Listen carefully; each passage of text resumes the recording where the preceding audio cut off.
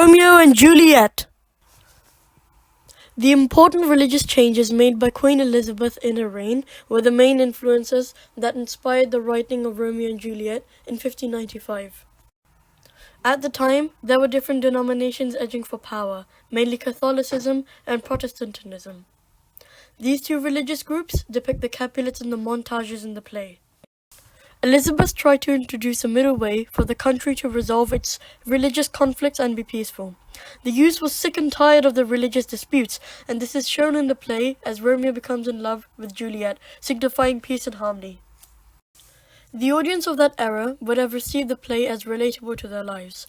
This was because of their current situation, that is, the religious conflict between the Protestants and the Catholics.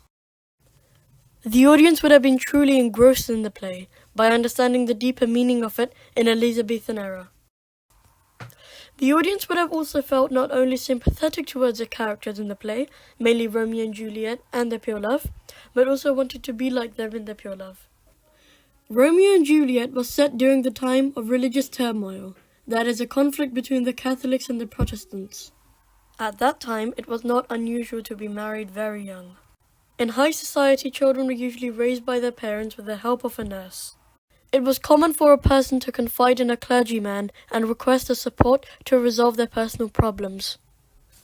It was a tribal society and there was a strong kinsman relationship.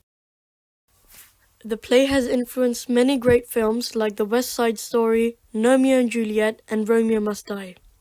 These films are made in different countries and different languages, but the main theme is taken from Shakespeare's Romeo and Juliet. As well as films, the play has also inspired many works of art and paintings. Some famous paintings are Romeo and Juliet with Friar Lawrence by Martha Brown and A Lady Contemplating Suicide by Charles Robert Leslie. Romeo and Juliet has strong cultural resonance today because there are many cultural similarities between the play and today's society. In the play, there are two families with a long-lasting feud, the Capulets and the Montages.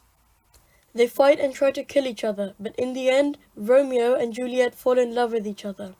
Although in the end, Romeo and Juliet die, the feud between the families ends, and they live in peace. Today there is internationalism and cooperation within the society.